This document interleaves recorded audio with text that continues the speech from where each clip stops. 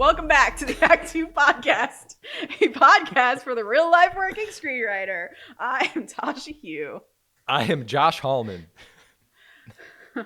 And we are Act Two. Welcome back. Sorry, Josh was building us up before we got into here, and we're ready for this. We got kind of a crazy episode today. Yep. Kind of an improv episode by its very nature. So we're going to see how it works out, because today we're kind of basically adding another installment into our Pitching is Terrible series. If you're not familiar with it, pitching is, of course, one of the most terrible things that we do as writers. It is a skill that we need to learn to excel in our business in so many different ways, because let's say you're a TV writer. All you're doing is pitching ideas in the room. When it comes to your episode, you're going to have to pitch your episode like crazy and convince the showrunner and all the other writers that this is the episode that should exist.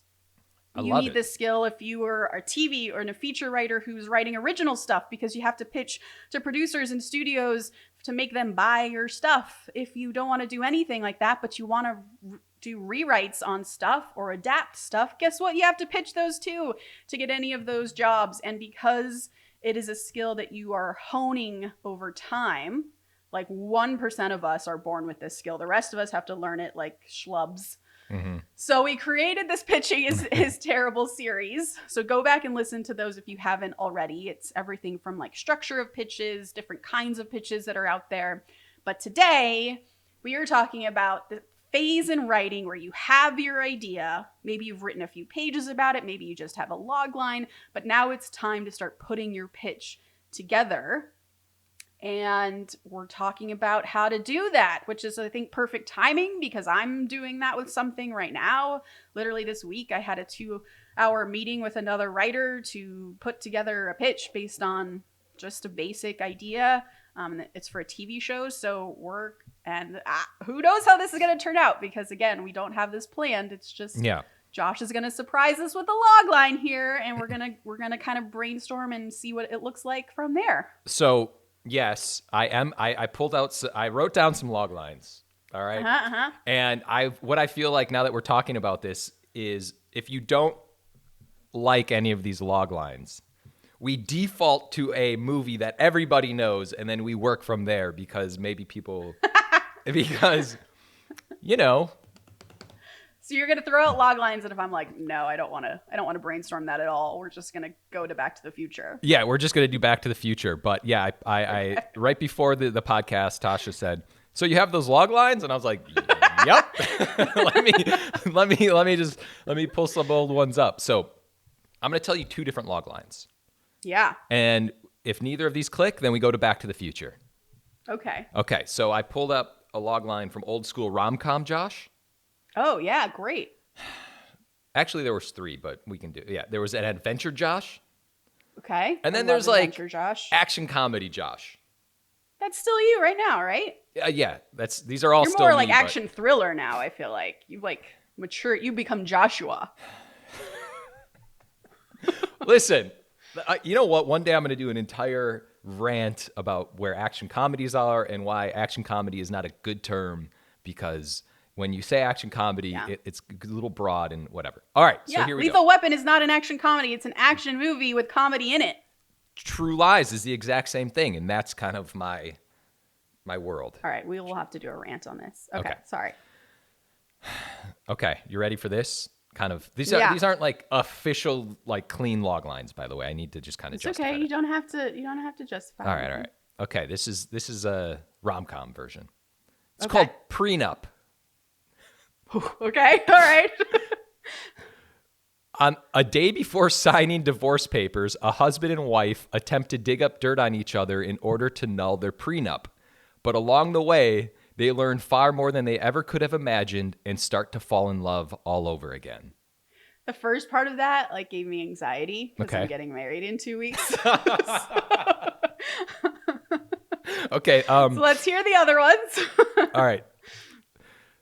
This one is called A Mother's Touch. Oh God, this is also going to give me anxiety. Okay, good. This I could tell I wrote this very early.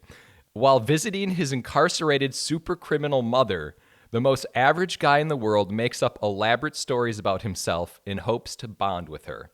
But when she gets out of prison on a technicality and comes to live with them, the son is forced to carry out the many illegal lies he's told her over his life.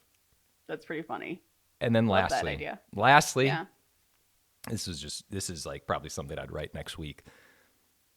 It's called Squad.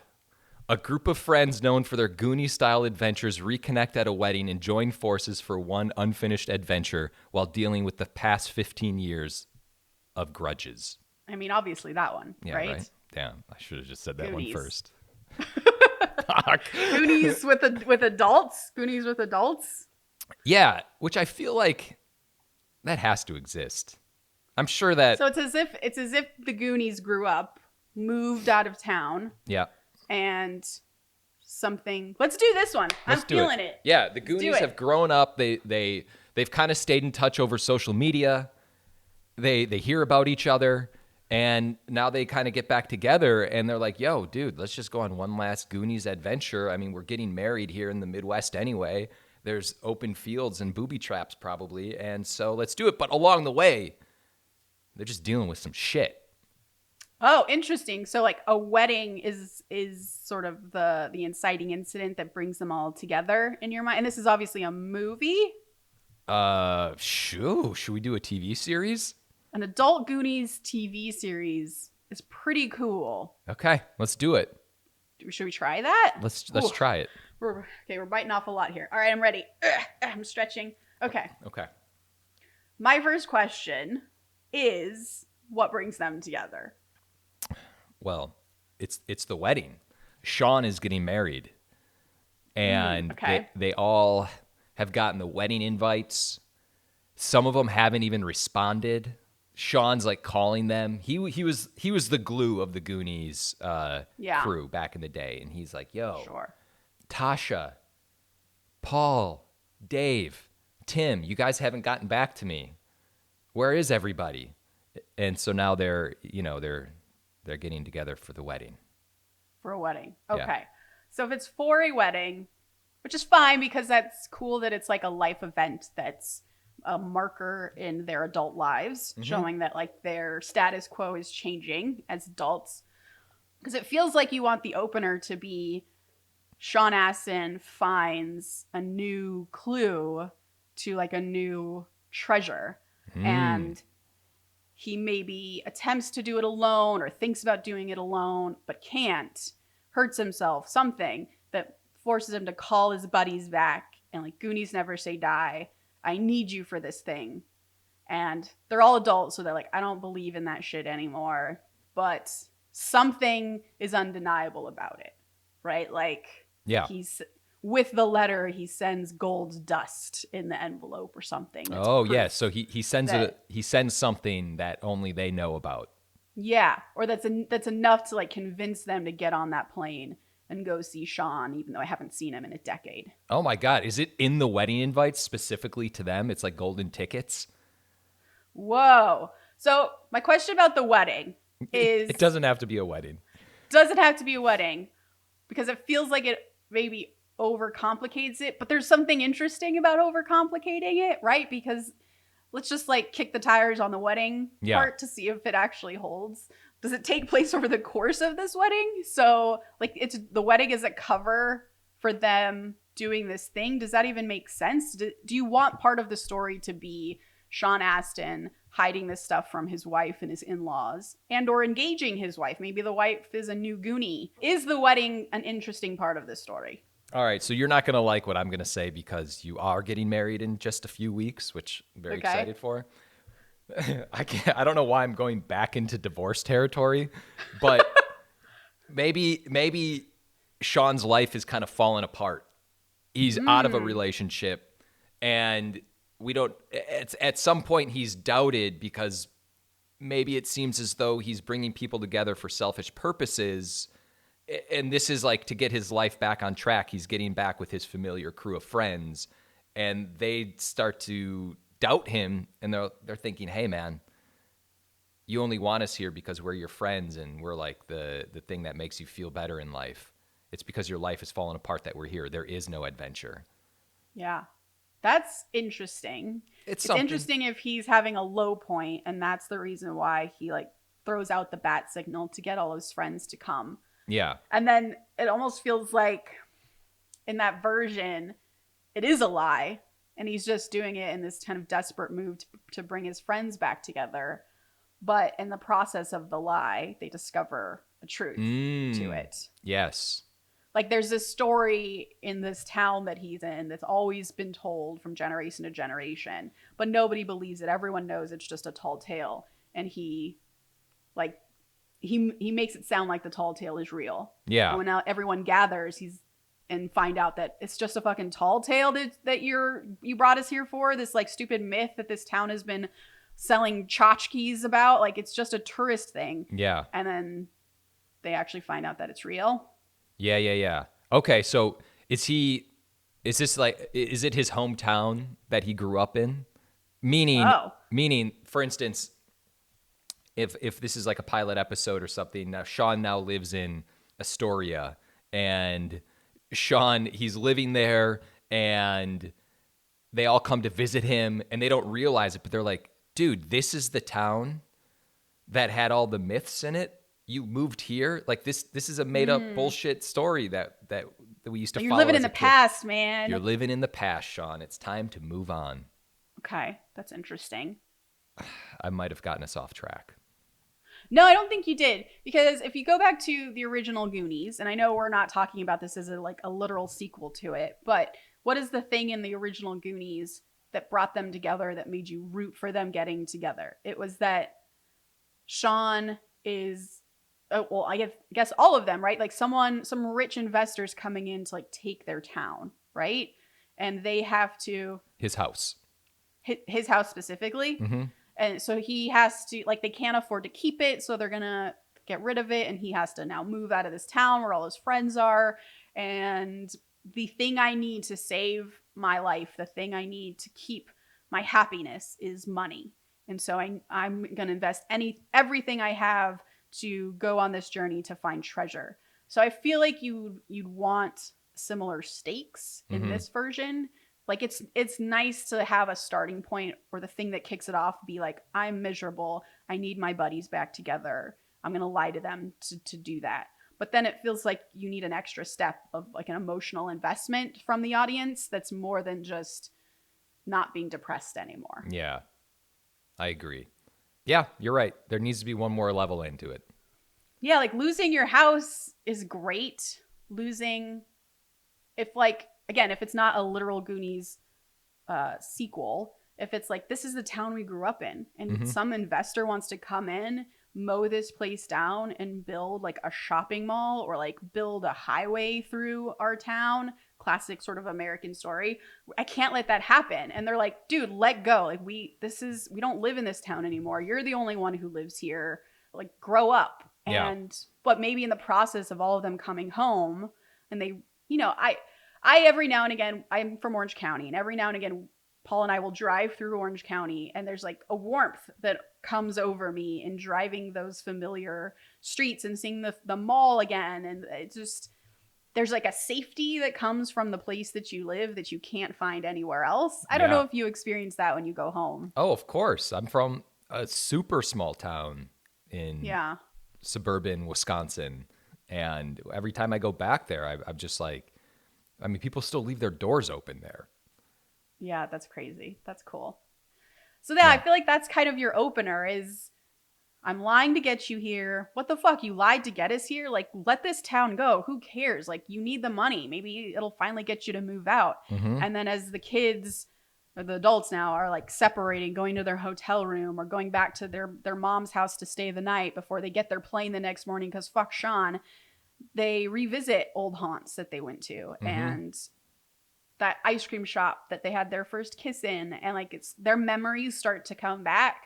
And then you like cut to the next morning, and like Sean wakes up and there's a knock at his door, and like all 5 of his buddies are there, and they're like, okay, how do we help? Yeah, I love that.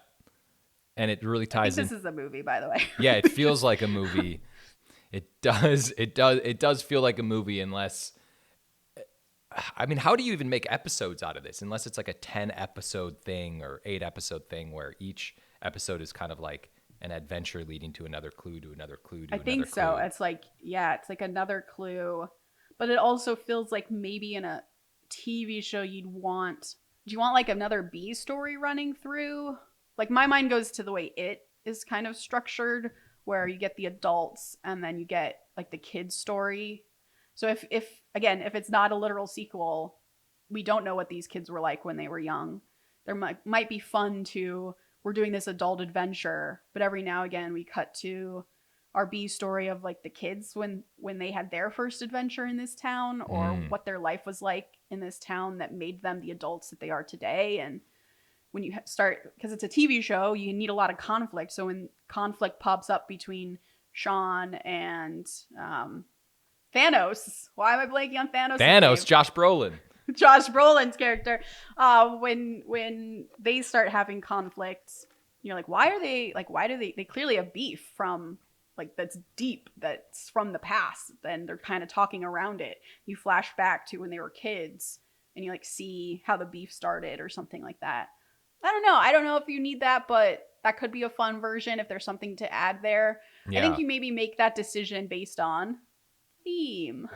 Like, I was just thinking that. What's interesting about this is when coming up with an idea, a lot of times I feel like, you know, when anyone comes up with an idea, you're like, is this a movie idea or is this a TV show idea? And sometimes it starts as a movie, but it kind of goes into TV, and it starts as TV, and you're like, no, this would work better as a movie. So it's good to talk about this and figure out where something falls and how it could be a TV show or a movie.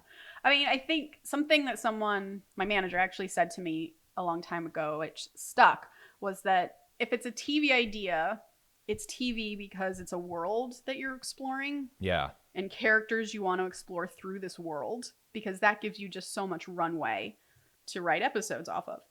A movie is a contained story. So if you feel like you know a beginning, middle, and end, and it's not really moving through a world, a big scopy world, with lots of side stories that are going on in this, it's just this feels like a straight movie. Yeah. That's not to say it couldn't be a TV show. I think it's just a different structure. Like I think of Stranger Things, and Stranger Things works as a TV show because they are all trying to get Will back. I'm talking about season 1. They're trying to get Will back. Will has been taken, and we're following different groups of characters it's kind of like a murder mystery in a way. Mm-hmm. And all these different groups of characters are doing different things as the world is kind of crumbling around them, and they're trying to rescue their friend. That feels like a show because you're following different groups of characters. In a movie, it would just be the boys. And that's you'd have the mom and you'd have the cop. You'd have all of that, but they would be B stories and they'd be smaller stories. But if you want to give everyone equal storylines and character arcs, that's a TV show. So you can do that in this version. What would you prefer?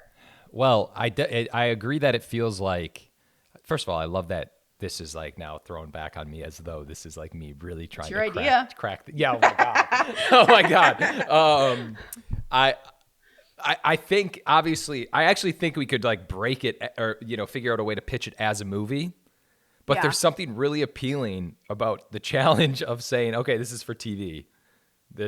But maybe for the sake of this exercise, we go down the path of a movie. Yeah. Maybe as we're talking about it as a movie, versions of the TV show will kind of surface. Yeah. I'm going to steer clear of talking about the Goonies because it's almost too easy to make a sequel. Like we're almost talking about it as a sequel to the Goonies. Yeah. But I like this concept already. Like the opening seems like really clear to me.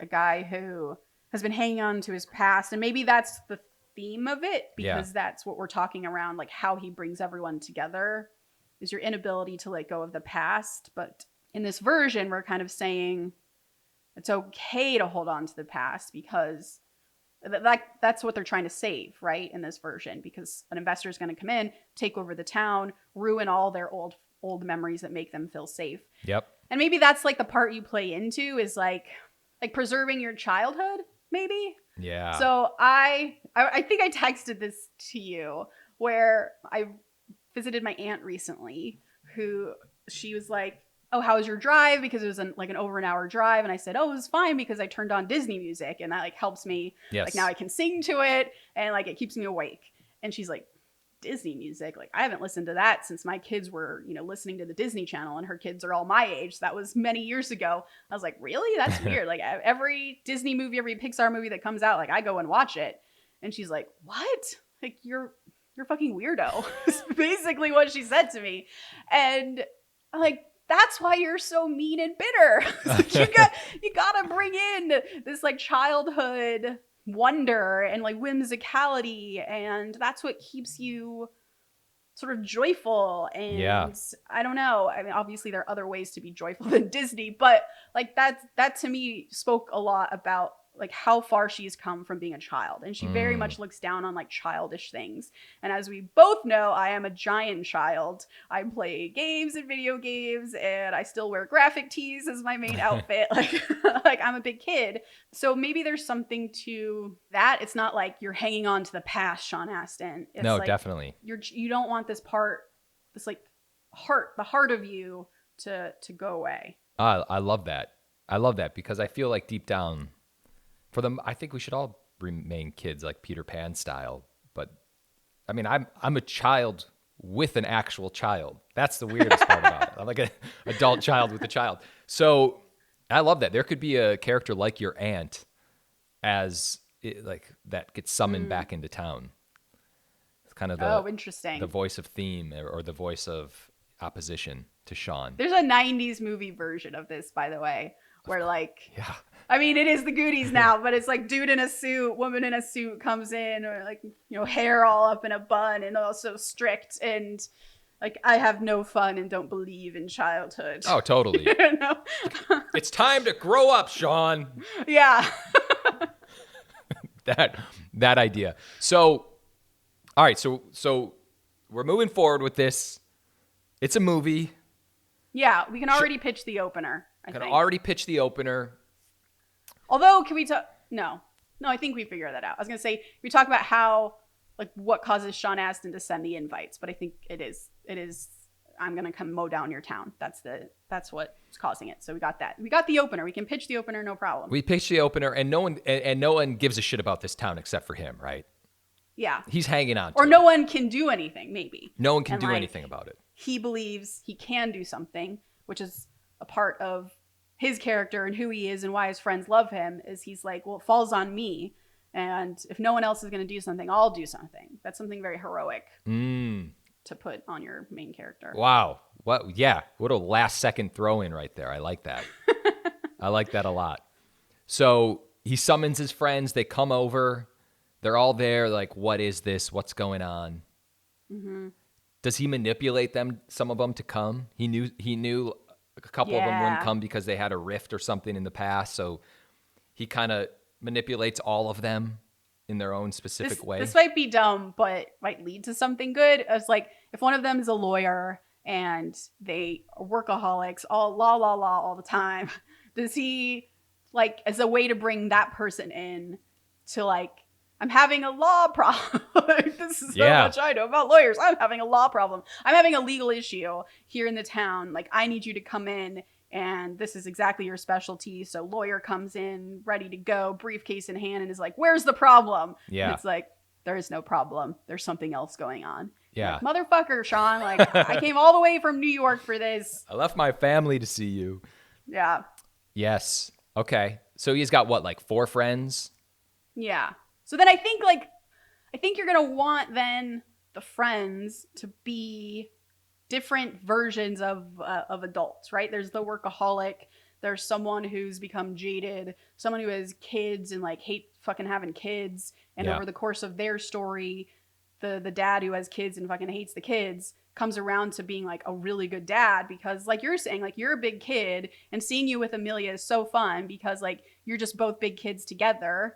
She's, I guess, a little kid, but it's so cute. Uh-huh. Like, you guys find fairies together and dinosaur bones. Like he finds his childhood again that allows him to be a better father. Like, that feels like the arc for that guy. So like, is the arc for all of these characters Like at first they come into town and they're like, Sean's a fucking moron. All he does is play video games all day. He's such a loser. But by the end of it, they're more like Sean. And that actually makes their lives better. To be more like Sean. Yeah. Yeah. Like the lawyer goes back to her firm and she's like so much more loose. Like, sure, you can take a vacation, everyone, because life is more than just work and whatever that looks like. Yeah, I love that. So it's almost, to be more like Sean. Yeah. So then if that's what your arc is, then all of the sort of adventure points in the second act that we would pitch need to be a problem and an obstacle that leaning more into your childhood stuff is the key to getting over. Mm-hmm. So like a fear. Okay. Like I feel like my dad, who's 80 now, when he comes to Los Angeles, he'll sometimes tell me stories about how he used to race cars down Wilshire Boulevard, like drag race. Because back in the day when he lived here in Los Angeles, there weren't a lot of cars around. And he was like a wild child. And now he is the worst, slowest, like most afraid driver I can think of. Always riding the brake, right?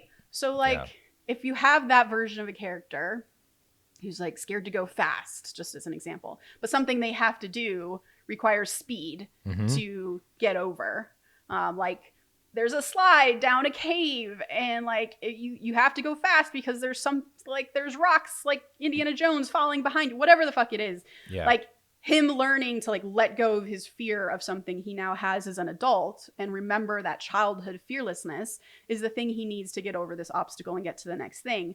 Then I think like using those as challenges along the way are like the right way to look at how to do this, build the second act. I completely agree. I was just having this conversation with another script that I've been writing where it's always making sure that your action ties into character. That's a perfect example. So obviously we don't have to do this now, but it's like we're building out, if we have 4 different characters, one of them slow, another one is a germaphobe, another one is, terrible with technology, and another one is... That's funny. Yeah. Rules all the time, and you can't break rules. Yeah. And then so it's setting up those action points along the way where, oh my God, someone's now going to have to like walk into a dirty virus and get sick or whatever, obviously. But it's setting up how do you, okay, wow, I have someone who is a germaphobe. What is the exact opposite version of that, and how do I put them into that? They're like the dirtiest person by the end of it. Like they have to go through a river of like mud and sewage to get to the other side of something. I think it's finding those moments organically, because the 90s movies version is, for some reason, suddenly there's a river of sewage here that we have to get through. Right.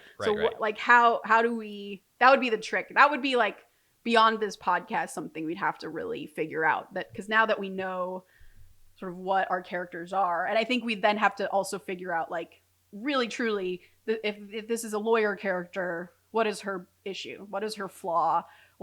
She's become an adult in such a way that she's left behind that she had in her childhood. And then whatever we find in that's how we challenge her, and then build your adventure off of that. Totally. And I hate to say this, but in movies like this, where there is a MacGuffin or there is a, obstacles, there's a treasure, a lot of times, and this is going to sound terrible, but a lot of times that shit doesn't actually matter.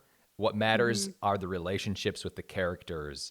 And then you can always do the plot check-in, is what I have found. And anyone I ever talk about, those are like, the relationships are always going to set you free, and theme. And how can I put, this rules person in a position where they're going to have to break a million fucking rules. And then you kind of put plot in after that. So my point being is, like they have to go pass a sign, like a trespassing sign. Yeah. And like break into someone's house. Yeah. Right? Like, yeah. Like that's really cool. And that's so interesting because in writers' rooms, it's always like that. And I I shouldn't say never. I don't often remember it when I go back to my own stuff. Mm-hmm. Like I get so insecure that I'm not going to be able to tell this story that I just think of like plot points to do, which is like the structure conversations we had that like we like really hated because that's all through plot, right? And that's sort of not where we want our starting point to be. But as you can see from this conversation and what you just said reminded me of like our writer's room right now,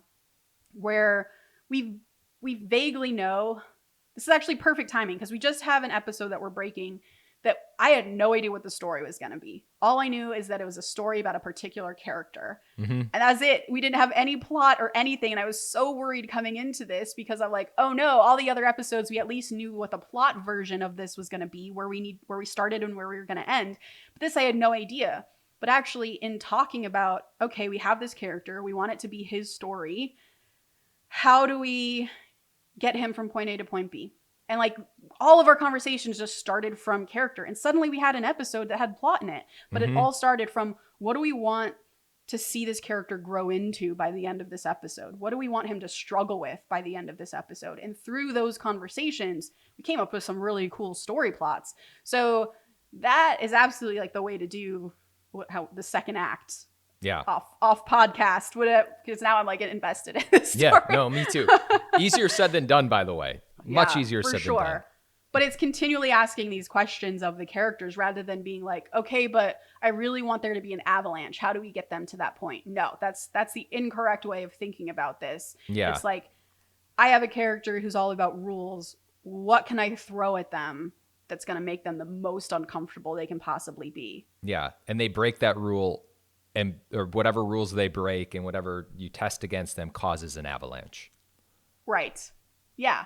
We can get it to that point. We can get it to an avalanche, but it has to be rooted in character decisions. Yeah. You can't something we will do. Yeah, you're totally right. Something we will do in TV is like, I really want an avalanche and that's so fucking cool. I'm going to throw up that card on the board, like, or write it in the corner of something just so I'm tagging, like, I want this cool thing to happen. And in an adventure movie like this, I think that makes sense. Mm-hmm. Like, you want these really cool adventure moments because adventure is just so fucking cool. And you're going to remember the set pieces at the end of the day from an adventure movie. So I think it's okay to like write in the corner that I want the avalanche. I want the river of sewage, whatever the cool things are that you want.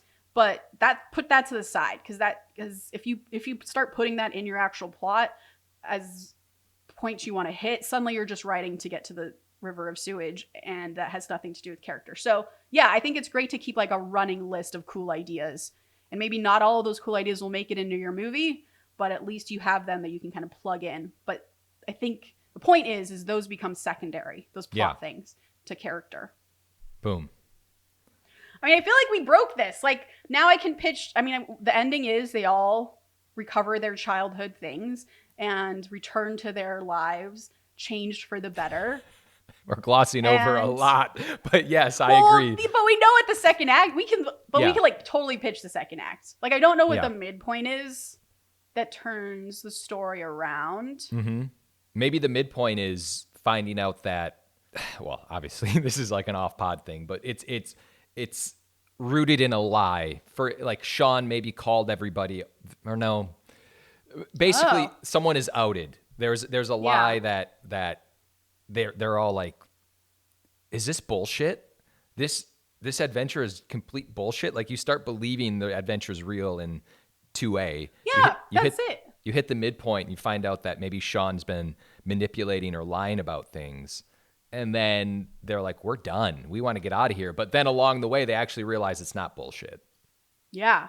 It'd almost be cool if like they come upon some adventure trope, the Indiana Jones ball rolling down the thing. Mm-hmm. And then someone finds like a mechanism that's really modern that did it. And they're like, Sean, did you fucking build this? Oh, you shit. Crazy person. Like, why did you do this? Like, you're that sad of a human that you thought like bringing us into this like dangerous thing would make us all friends again and make us invested in this town.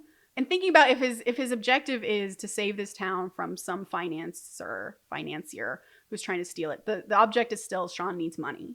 Yeah. So why would he bring his friends? Like, do his friends, if we're talking about a lawyer, a doctor. Like, Du's friends have a lot of money. And so, like, he was trying to get them back into their childhood selves to be like, don't you love this town? Don't you want to save it? Remember this town? Remember how awesome you were as kids? Yeah. And they're like, what the fuck? You want us to invest it? Like, why didn't you just ask us for money? Like, you had to go. You're such a crazy person. But then at the midpoint, as they're like walking out, they hit another trap.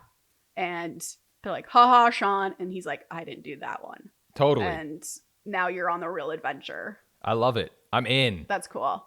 Yeah, we did it. You're a genius. That's it. Now you just have to like figure out like the main, I feel like for the pitch, for the sake of talking about this as a pitch, you just figure out maybe 2 to 3 sort of set pieces that could happen in the second act. Again, coming at it from asking these character questions about Sean's friends and Sean and what Sean needs to learn as well. Yeah. And low point is, of course, like they're not going to be able to pull this off. Maybe they all leave Sean. They're done. But then friendship brings them back together or something like that. And then they pull through in the climax and tell the financier to take a hike. Sean goes about it on his own. And then right when he's about to die on his adventure, all the friends show up. They're like, we can't leave you, bro. Yeah, exactly. Oh, man, this is such a good story. We did it. We can pitch this tomorrow. We could pitch it. So now what, Tasha? Now we just broke this story, and what? We're going to pitch it tomorrow at then Universal and Warner Brothers. Yeah, it's done. Bidding war. And so, yeah, and then it's just I'm just trying to think of like the next thing to do. It's like you kind of beat this all out, and then you just form your pitch. Boom. The next thing to do would be like we would go away, come up with these beats, these set pieces, and then for me anyways, I would now write a script. I'd write out everything we've just talked about in a really sort of campfire story way. When when you say script, you mean campfire story to pitch. Yeah, but literally opening a Word document or Pages document in my case and writing out how I would tell someone this version of the story. And it would be like, I really, I would start with like, I came to this idea. I stole Josh's idea because there was something about like driving through my old hometown that made me feel safe that I missed. And I maybe would tell the story about my aunt and how like I was so afraid to sort of lose the thing that made me feel young and childlike and joyful. And so that's kind of the root of where this came from. And then I would launch into our sad Sean character and where he is in his life right now. And all he wants to do is save his town. And I'll talk about the stakes of that, losing his town. And so he makes a decision to, send a bat signal out to his friends to bring them in. So it's all through like Sean's character. He is feeling this way and therefore he chose to go call his friends. And now that his friends are here, his friends feel this way. And it's all like bringing us through the story the way that we're talking about it, through character and how the characters are feeling from one step to the other. That's always super key. I don't even want to say anything else because I feel like we did it. This was a success. I feel like we did it. I'm so proud of us. We had this backup just in case we were just brainstorming nonsense, but I feel like we broke this story. Yeah, I threw out 3 different ideas. 2 were, oh, that's interesting. Next. And then we got to the squad and we did it. We broke it. All right. We have just a few months left for you and I to write this. And we're good to go. By the end of it, for the end of the year. By the end of it, it's going to be like a like Goonies with like fantastical elements. Like their adventure goes through like a fairy tale forest. They go to Neverland. They're like, Sean, did you bring us to Neverland? We never have to grow up, guys. Oh my God. And then it's a horror movie. Yeah. They're like, fuck, we can't get off of Neverland. Get us out of here. All right. So yeah, that's it. We did it. I love it. I'm in. Amazing. I'm in too. Okay. I definitely have a quote of the day. Mm-hmm. You may not write well every day, but you can always edit a bad page. You can't edit a blank page. Phoebe Waller-Bridge. Please remember to rate and subscribe. Follow us at ActTwoWriters for more awesome writing stuff. You can follow me, Tasha, at Story Thursday on Instagram or on Twitter at Tasha 3.0. And you can follow me on Instagram as Josh Hallman and Twitter as Joshua Hallman. And as always, the Act Two podcast is a production of Act Two, a network and support group for the everyday working screenwriter. This episode was edited by Paul Lundquist, music by 414 Bag, which you can find on Spotify.